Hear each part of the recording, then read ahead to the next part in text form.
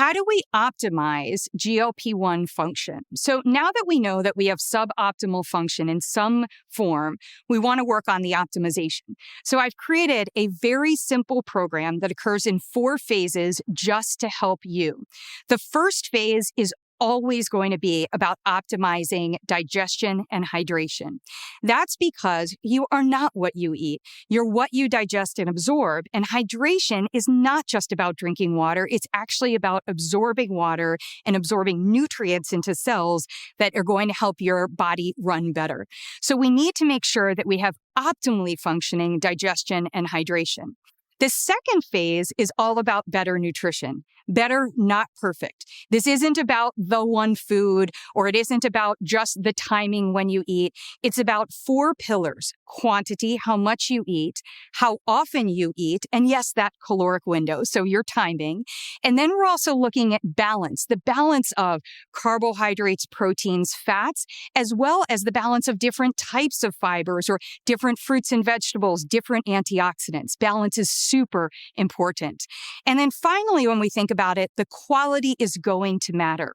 When we give our body what it recognizes and it can use, it works optimally. When we give it what irritates it, it creates more problems. And some of that is actually what's contributing to suboptimal GLP-1 function. The third phase are all those lifestyle choices. Now, nutrition is not more important than the lifestyle choices. So sometimes phase 2 and 3 we're working on together, and sometimes we actually have to start with phase 3.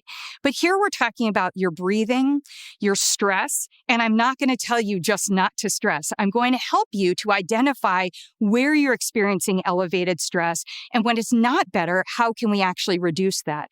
We're going to look at sleep, and yes, we're going to look at activity. And this isn't about just more strength training. Yes, we need to do resistance training, but maybe your life is actually a lot of resistance training right now. Maybe you're lifting kids and boxes and other things. What are you doing for recovery? What are you doing for longer periods of times? And when do you need to just get in an exercise snack?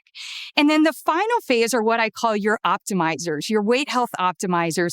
Those are going to be the ones that I get asked the questions about all the time, where people think, oh, can I just do this and it's going to actually optimize my GLP-1, or it's going to be the solution for weight health?